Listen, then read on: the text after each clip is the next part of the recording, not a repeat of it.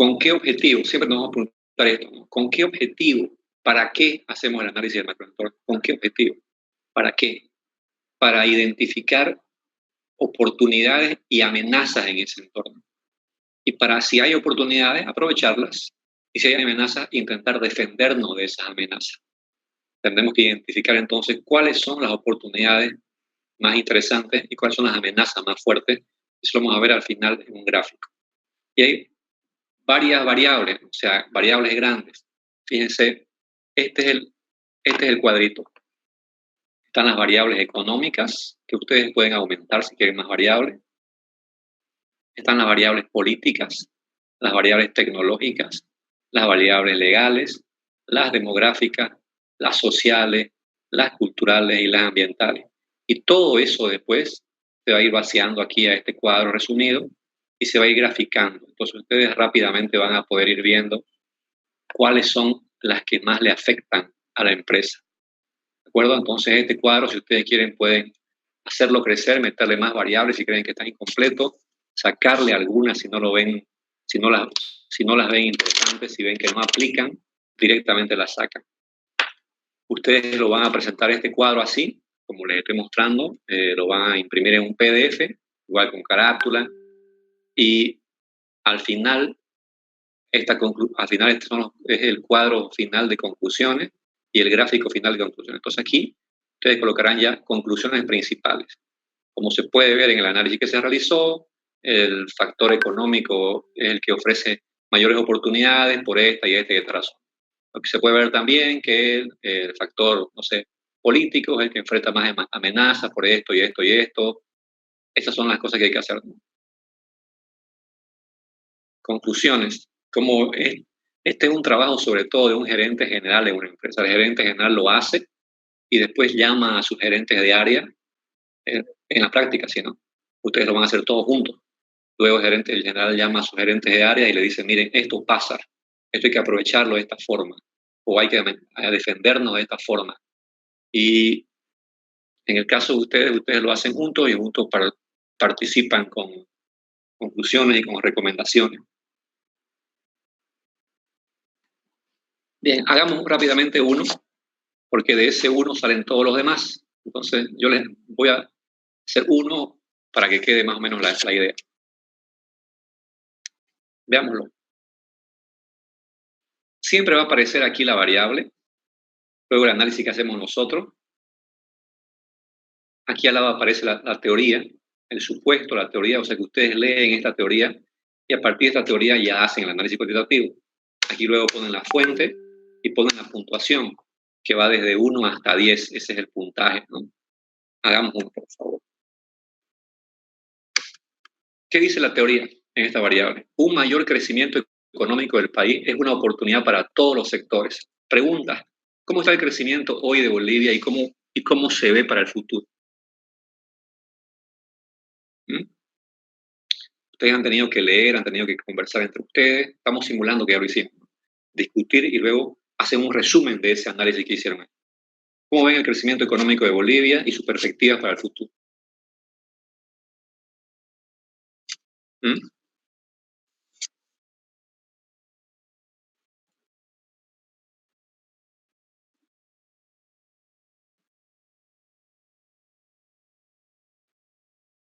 Bueno, yo lo veo así.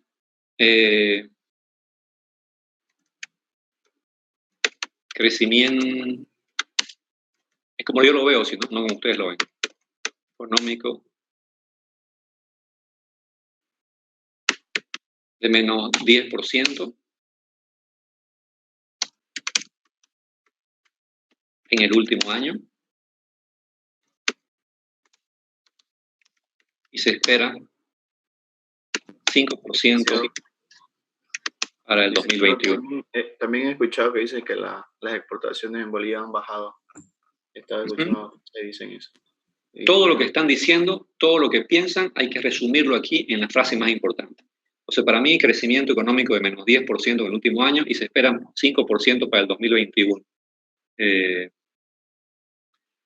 Estas son las proyecciones, obviamente, del gobierno actual, 5% de crecimiento para el 2021. En estas condiciones de 5%, hasta se tendría que pagar doble aguinaldo y pareciera que va a ser fantástico el 2021, ¿no? Según estas proyecciones del gobierno.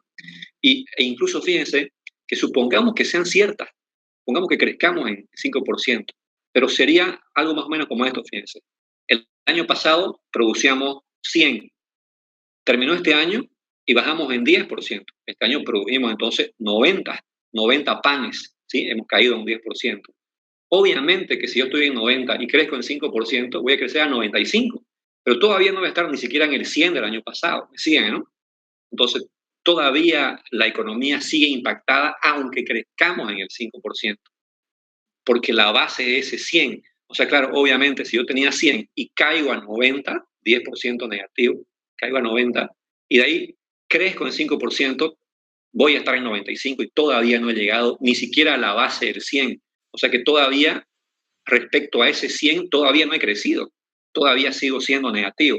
Pero claro, ustedes saben que los números dan para todo, la política da para todo, las verdades a medias dan para todo. Y bueno, cada uno entonces ya coloca aquí lo que cree que significa eso. Algunos son más optimistas, depende ya depende de ustedes como analistas. Entonces yo sigo y digo fuente. Mis fuentes son, ¿de dónde saqué esa información? Banco Central de Bolivia y el Deber, el último dato. Esa fue mi fuente. ¿Qué nota le pongo yo? Si le pongo 10, es que yo espero que haya un excelente crecimiento económico y que sea muy favorable para las empresas, incluyendo para mi empresa. O sea, si le pongo 10 es porque yo creo que el mercado y la producción va a crecer tanto y la gente va a tener tanta plata en su bolsillo que me va a jalar a mí como empresa. ¿Sí? A nuestra empresa la va a jalar, va a haber más demanda y por lo tanto vamos a ver mejor rentabilidad. Pero en mi caso yo creo que va a ser un 4. ¿Sí? Pongo 4 y sigo. Estructura industrial. Estructura industrial. No sé si ustedes ven esta mancha acá, o soy yo nomás que la ve. ¿No ven ninguna mancha ustedes? Alguien está rayando la pantalla. Ah, ya. O sea, algún niño. Algún niño de... la verdad que no me interesa ver, no me interesa ver a ningún imbécil, hombre o mujer, digamos, haciendo eso. Prefiero ni conocerlo. Así que sigamos nomás como si no existiera ese imbécil o esa imbécil. Estructura industrial. Dice acá, esta es la teoría, no se olvide. Mientras más amplia es la estructura industrial, mayores ventajas para las empresas. Mientras más amplia es la estructura industrial, mayores ventajas para las empresas en infraestructura, en acceso a gas, en parques industriales modernos, etcétera, etcétera. Entonces ustedes tienen que poner acá, ¿cómo ven ustedes la estructura industrial de Bolivia? ¿Cómo la ven hoy día la estructura industrial de Bolivia? ¿Ustedes ven que carreteras fluidas, brutales autopistas, que no entorpecen y hacen lento el proceso de exportación o de llevar los productos de un departamento a otro? ¿Ven ustedes una fuerte inversión en aeropuertos, en parques industriales, en conexiones industriales de gas? Eso lo tenemos resuelto en Bolivia y eso permite que nosotros como empresa podamos usar toda esa infraestructura, que no la tenemos que hacer nosotros, la hace el gobierno. ¿La ven? ¿Cómo ven esa estructura ustedes? ¿Cómo la ven? ¿La ven deficiente todavía? ¿La ven moderada? ¿La ven excelente?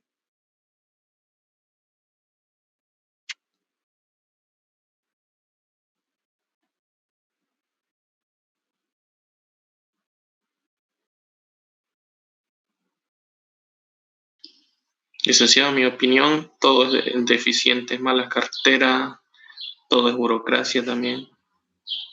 Okay. Coimas, robos, los proyectos a veces se escriben, se cobran, pero nunca se hicieron, se hacen en lugares donde no deberían hacerse. De acuerdo, vamos a hacer de cuenta que José representa toda nuestra opinión, pero obviamente no es así, ¿no? Pero hacemos de cuenta para avanzar, que representa nuestra opinión de todos y consideramos que todavía tenemos una estructura industrial deficiente, nos entorpece. Ese es el tema que hay que preguntarse. Cuando yo imaginémonos que yo estoy ahorita con mi empresita, ¿no? La de confecciones, o mi empresita, la de chinelas, la de pantalones, etcétera. Estoy funcionando en Bolivia. Entonces, yo, en el peor de los casos, hasta acepto que no me ayuden, pero por lo menos que no me molesten, ¿entiendes? Que no me ayude el gobierno, que no me ayude el entorno nacional, pero por lo menos que no me entorpezca. Eso mismo, si yo estoy funcionando con mi empresita y mi sede es Santiago de Chile, allá obviamente voy a una estructura industrial totalmente diferente a la que plantea José Velasco. Eh, Cero burocracia, pocos trámites, autopistas espectaculares, no hay coima, hay un apoyo decidido al empresario, al pequeño, al grande, no se queda todo en papeles, bla, bla, bla, bla, bla, bla. Eso es cuando quiero llevar mi producto a algún lugar. eh, ¿Puedo ir por lo menos a 100 kilómetros por hora con mis camiones? Es la pregunta. ¿O tengo que parar porque hay un hueco, hay otro hueco, porque me para la policía, porque me para la aduana, porque me paran todo y termino recontra víctima de las coimas, que es el caso boliviano, digamos? Entonces, vamos a asumir que somos negativos, pero ustedes planteen ya sus supuestos. No solo es para avanzar. Estructura. Yo lo estoy resumiendo, hermano. Deficiente. Estructura industrial deficiente. ¿Dónde sacamos esa información? De Nueva Economía. Es un periódico o de cualquier información que ustedes tengan. ¿Qué nota le pongo ahí? 2. Eso me dejase. Tasa de interés. ¿Qué dice la tasa de interés? Bajas tasas de interés redundan en menores costos de capital para las empresas. ¿Recuerdan del costo de capital? No se olviden que el ROI tiene que ser mayor al costo de capital, y en el costo de capital está la rentabilidad que exige el empresario, está las tasas de interés por los bonos, las tasas de interés que nos cobran los bancos, y eso hace el costo de capital promedio ponderado, que tiene que ser más chico que el ROI para que la empresa agregue valor. Bajas tasas de interés redundan en menores costos de capital. ¿Cómo ven eso ahora en Bolivia ustedes, la perspectiva?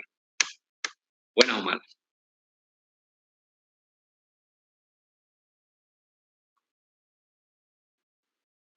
Eso sí está muy bien. O sea, no podemos decir que todo anda mal. Eso sí está muy bien. Hay baja tasa de interés, hay tasas de interés para el sector de vivienda, y eso ayuda. Si yo estoy metido en el sector de inmobiliaria, o soy una constructora, me encanta que el gobierno dé baja tasa de interés, porque yo voy y busco a mi cliente y le digo, oigan, le puedo vender esta casa y usted se endeuda a 5% anual, a 20 o a 30 años. Entonces me dinamiza el sector de la construcción. Igual tasas preferenciales para el sector productivo, para las pymes, para las MIPYME, etcétera, etcétera, etcétera. Eso hace que yo me endeude para comprar activos y que dentro de mi estado de resultado el gasto financiero o el costo de capital sea bajo, y le ayuda a mi utilidad y le ayuda a mi rentabilidad. Así me tengo que pensar en cómo todo eso que estoy analizando al final del día le ayuda o le perjudica a mi utilidad y a mi rentabilidad, o sea, al ROI. Entonces, yo ahí pongo bajas tasas de interés. Ustedes después ya lo completan, ¿no? Baja tasa de interés.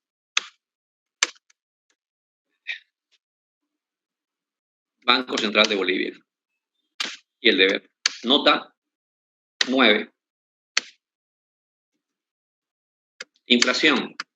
Bajas tasas de inflación permiten mejor capacidad de compra de los consumidores y menores costos para las empresas. ¿Cómo ven ahí la inflación en Bolivia ustedes? Perspectivas. ¿Cómo la ven?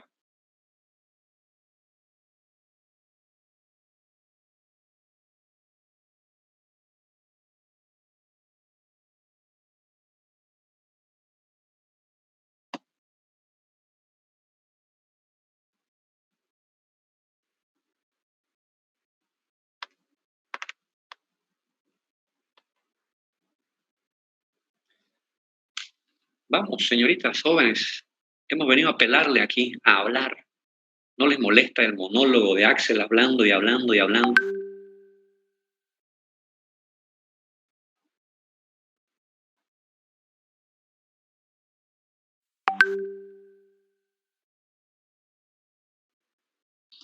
En mi opinión, la inflación es moderada porque el 3,70 y algo por ciento no pasa.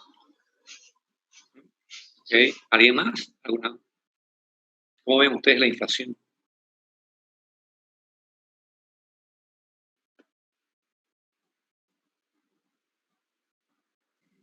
Actualmente, dicen, la inflación está un poco controlada, se podría decir, pero hay perseverancia que a futuro sí tengamos una inflación. Entonces, tendríamos que ver como un proyecto a futuro. Bien, entonces, importante eso que usted dice, ¿no? La inflación hoy es moderada, es más, hasta es baja y ha sido baja en un orden de menos de un dígito, ¿no? O sea, nunca ha llegado al 10% en lo que nos acordamos, digamos. Entonces, es bastante baja, ni siquiera 5%, es bastante baja comparada con otros países. Eso es hoy. Ustedes podrían decir, pero por esta razón hay perspectivas de un leve incremento o un moderado incremento de la inflación. Ustedes lo explican eso ahí con sus puntos de vista. ¿De qué nos sirve a nosotros como empresas, a mi empresita de jeans, a mi empresita de chinelas, a mi empresita que vende chocolate, a mi panadería? ¿De qué les sirve de que haya baja inflación? Les sirve de dos formas.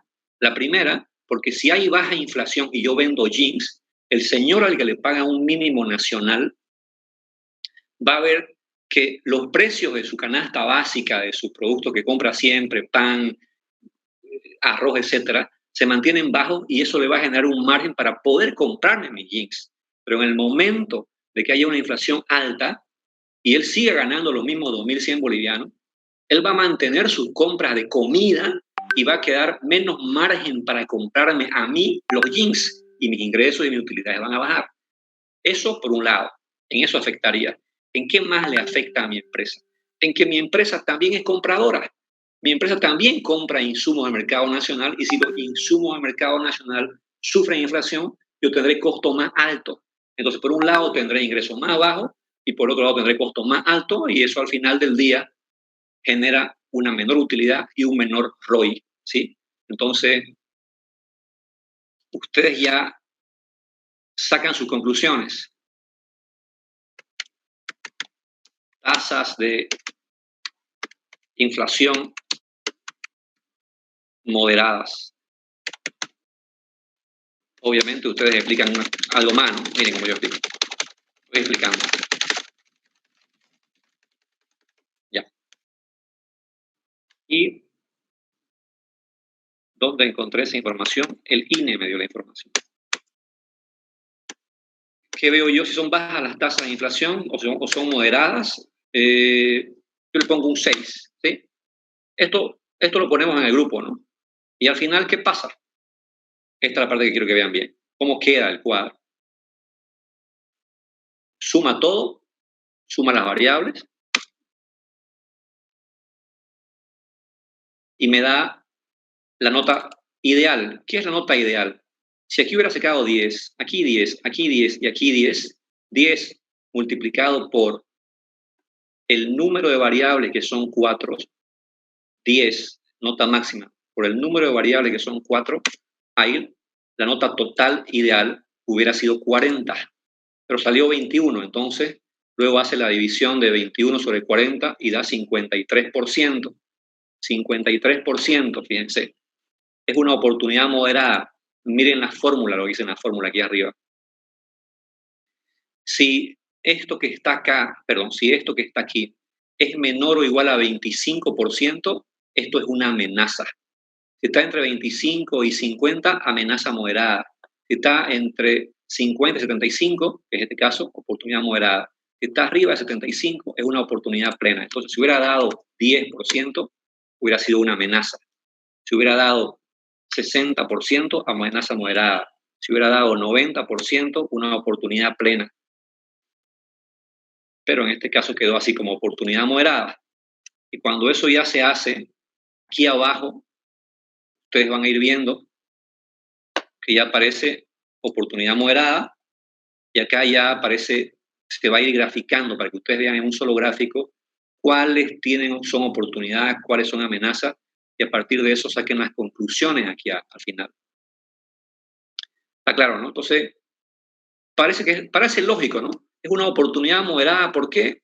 Porque si tengo bajas tasas de interés y si no hay unas grandes proyecciones de inflación, porque seguimos con una demanda baja, entonces hay cierto grado de oportunidades que que no son brutalmente altas, pero si uno le sabe buscar y ve las cosas de forma optimista, aparecen oportunidades que el gerente general es el primero que debe ser optimista y debe escarbar donde hay oportunidades.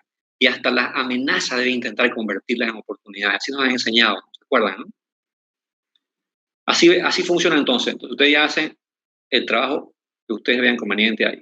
Si ustedes aumentan variables, por ejemplo, quieren aumentar exportaciones o balanza comercial, le agregan una fila y le cambian la fórmula, porque la fórmula está para 4 variables, ¿sí? Está para 4, tendrá que ir para 5 variables. Ven que la fórmula sea diferente.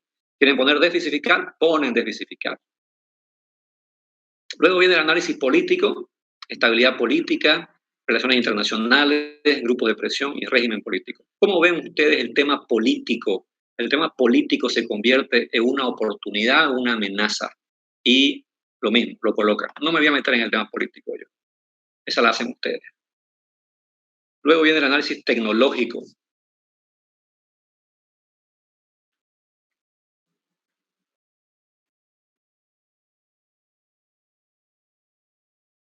Desarrollo y uso de tecnología, dicen, fíjense. Si los consumidores y las empresas están habituados al uso de la tecnología y de las comunicaciones modernas, esto abre oportunidades para hacer negocios de manera más fluida. En Bolivia, ¿cómo ven el tema ese de la tecnología? ¿Hay un uso fluido de tecnología ahora mejor que antes? ¿Es aprovechable o no? Mejoró muchísimo porque ahora la gente ya está más habituada a comprar por internet o a utilizar las diversas tecnologías que hay y ya no están cerradas como antes. Belleza, exacto. ¿Y eso de qué forma nos ayuda a nosotros? A minimizar los costos porque no necesariamente tenemos que tener un punto de venta físico, sino que podemos hacerlo a través de internet. Nos ayuda también a agilizar el tema de los pagos y asegurarnos ya que nos pueden pagar primero y ya no necesitamos dejar dinero en efectivo. Perfecto, señorita. Y además se abren infinitas posibilidades de hacer marketing digital, ¿no? O sea, las 4P las seguimos haciendo, las 4P convencionales, físicas, pero en paralelo podemos complementarlas, apoyarlas e impulsarlas, las 4P ya digitales. ¿Sí, no? Donde la gente su cumpleaños. No, pero es chiquito, pues sí.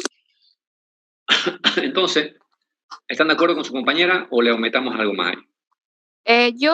Listen, yo puedo decir de que aún Bolivia está un poco estancada por el tema de que mucha gente lamentablemente desconfía todavía de las tiendas virtuales y de hacer pagos virtuales. Entonces puedo decir que sí, Bolivia aún está estancada para poder hacer negocio vía virtualmente, digamos. Ya, de acuerdo. Sí, Listen, porque no sé, aquí en Bolivia no estoy al tanto. Hay un ente regulador que podría fiscalizar los comercios localmente por internet, las ventas. Ha habido muchos casos también, ¿no? Que pagan y no te mandan el producto o viceversa. De acuerdo, estoy totalmente de acuerdo con lo que dicen ustedes. Lo que sí yo quiero resaltar es que tratemos de sacar una conclusión que no sea o positiva o negativa, ¿no? Sino que incorporemos lo negativo, incorporemos lo positivo y veamos qué sale de ahí. Porque que yo recuerde, yo asesoro a varias empresas pequeñitas, en algunas como asesor, en otras como socio, y las asesoraba hace 10 años. Y hace 10 años eran las 4P típicas, ¿no? Plaza, las tiendas, llevar el producto, etcétera. Y que yo recuerde hoy día ya utilizamos delivery. Y que yo recuerde hoy día esas pequeñas empresitas arman una fanpage y van pagando y hacen un presupuesto publicitario en su fanpage y le pagan un poquito a Facebook y cuando acuerdan tienen una brutal demanda que no hubieran podido tener si no existiera este tipo de avance tecnológico y veo que antes tendrían que haber gastado bastante en periódico, tendrían que haber gastado bastante en publicidad televisiva o radial y no estaban en condiciones de hacerlo. Entonces, El 80% de las empresas en Bolivia son pymes y no estamos con pantalones largos en el tema tecnológico. No estamos con pantalones largos en el tema tecnológico. Sí, no estamos. Hay mucho que hacer, pero tampoco estamos con shortcitos. Creo que ya estamos medio con bermudas, ¿sí o no? Sí, a dónde voy, ¿no? Entonces, que no sea tan A o B su conclusión como gerente. Vean que las cosas sí han mejorado algunas, ¿no? O sea, no nos embarquemos solamente en lo pesimista, busquémosle también algunas cosas positivas. Bien, ahí está mi conclusión. Fuente.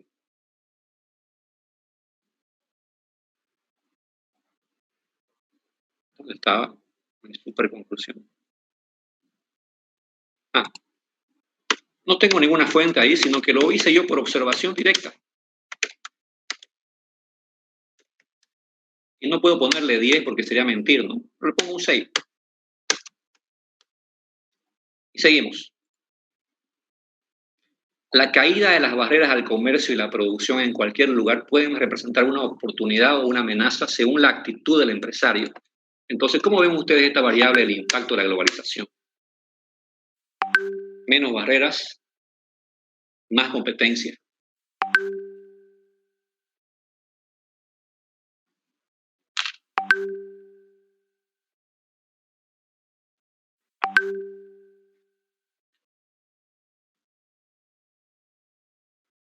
¿Ustedes creen que la caída de las barreras y la llegada de empresas es una oportunidad o una amenaza?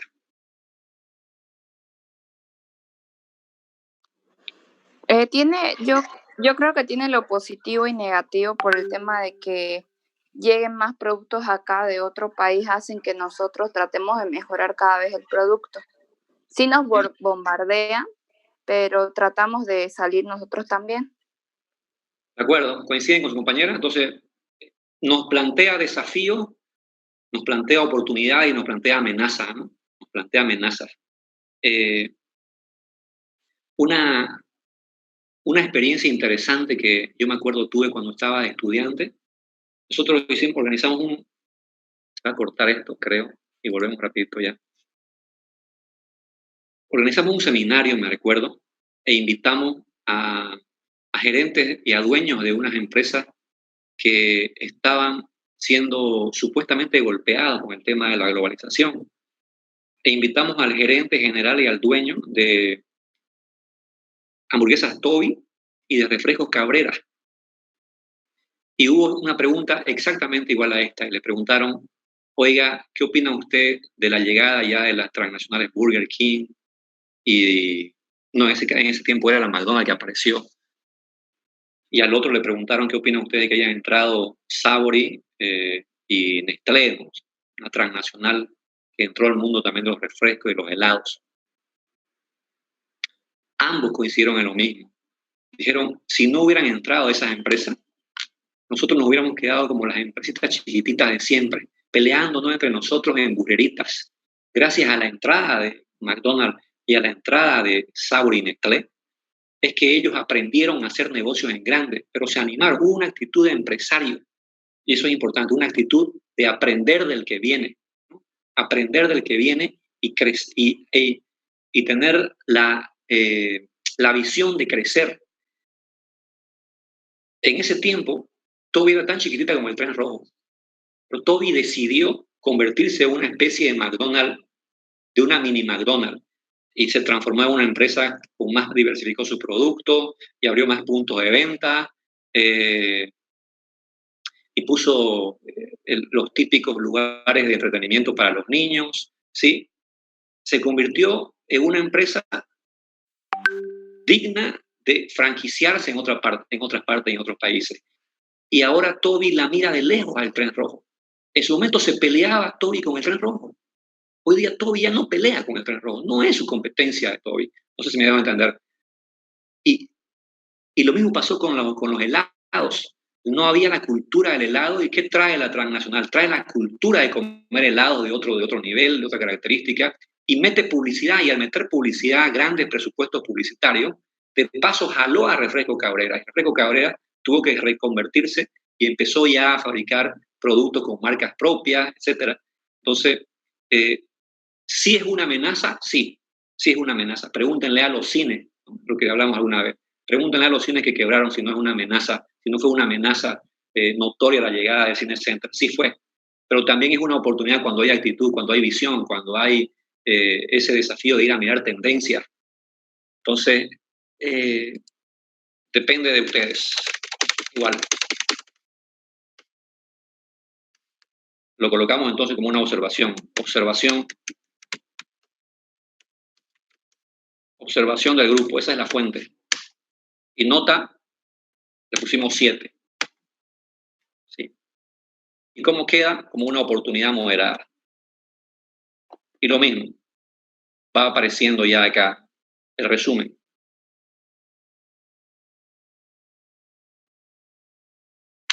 ¿Se entiende lo que hay que hacer, no? Demográfico. Veamos el demográfico para terminar. Crecimiento poblacional nacional y regional. Un alto índice de crecimiento de la población en los segmentos que interesan es una oportunidad. ¿Cómo ven ustedes a Bolivia en ese tema, en el tema demográfico?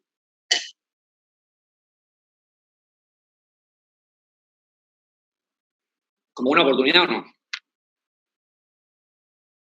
Sí, como una oportunidad, porque cada año va creciendo la población, van viniendo de otros lugares, entonces especialmente en Santa Cruz hay más inmigrantes cada año, Lisa.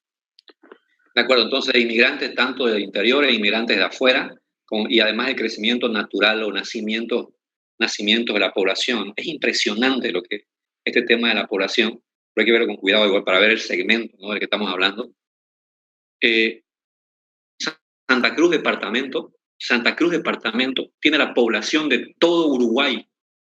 Muchas cosas, ¿no? Por eso es que le están mirando las empresas de afuera, por eso es que se instalan transnacionales. Santa Cruz departamento tiene la población casi de todo Paraguay. ¿Se dan cuenta de eso, no? O sea, es impresionante. Para el 2030, que está a la vuelta de la esquina, la mitad de la población de Bolivia va a vivir en Santa Cruz. O sea que los proyectos inmobiliarios les va a ir muy bien. La mitad de la población de Bolivia va a vivir en Santa Cruz.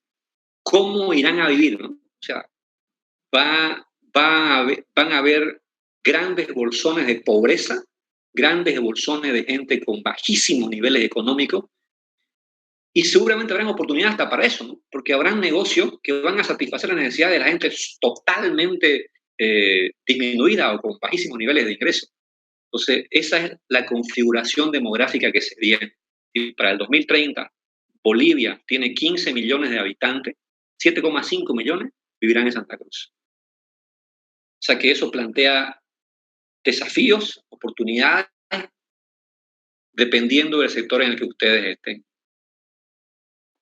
O sea, fuertes tendencias de crecimiento. Esa gente se va a vestir, esa gente va a querer comer pan, esa gente va a querer almorzar, ¿sí? Esa gente va a necesitar recursos económicos, esa gente va a necesitar servicios, salud, educación. Los colegios privados seguramente les interesará saber esta noticia. Fuente, yo siempre con mi inclinación, con mi sesgo. Fuente, El Deber, nota 8. Tasa de natalidad, mortalidad, edad de la población, sexo, porque eso es lo demográfico, ¿no? ¿Qué es la demografía? Son las características de la población. Las características de la población. Entonces ya dependiendo, si yo soy una fábrica o una empresa que vende chupetes para bebé, o soy una empresa que vende leche en polvo para bebé, o vendo pañales, seguramente tendré que hacer análisis de qué aquí, cuál de las variables acá.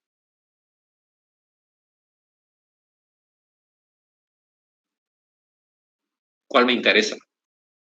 Natalidad. Exactamente. Si soy una funeraria, Mortalidad. Ustedes tendrán que analizar, ver cuál es la variable importante, de su sector, y esa variable importante, que puede que no esté aquí, ¿no? Esa variable importante, analizarla aquí y decir, esto se estima, bla, bla, bla, bla, bla, bla, bla, bla, bla, bla, bla, bla, bla. Dependiendo del segmento y producto que el sector ofrece, una evolución positiva de esta variable será una oportunidad, ¿sí? Y luego colocar la nota. Y al final va a quedar todo esto armado y ustedes aquí colocarán la conclusión. Como se puede ver en el gráfico anterior, la variable que ofrecerá mayores oportunidades es la variable demográfica. Y explican por qué. Ahí se puede aprovechar de esta forma. Una línea, ¿sí? Esto no tiene que ser tan grande como más de media página, esta conclusión final. Y como se puede ver, las principales amenazas son las variables políticas por estas y estas razones. Eso es lo que hay que hacer. ¿Se entiende? Bien, entonces, aquí vamos a quedar. Se está por cortar. Nos vamos a dar una pequeña vacación de Navidad y vamos a volver. Ustedes están avanzando en el aspecto filosófico y están avanzando en el tema del macroentorno. Entonces, miércoles 6 de enero se reanudan las clases y se presentan los PDF de esto. ¿Están de acuerdo?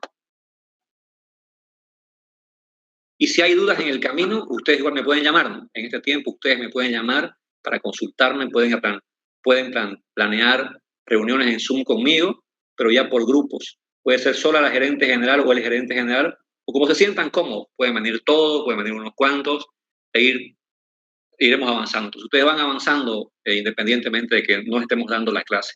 Entramos entonces directamente al tema 4 cuando empiece nuevamente el año. ¿De acuerdo? Está bien, Lisa. Bien, señoritas, pasen unas felices fiestas, cuídense y me abrazan a su familia.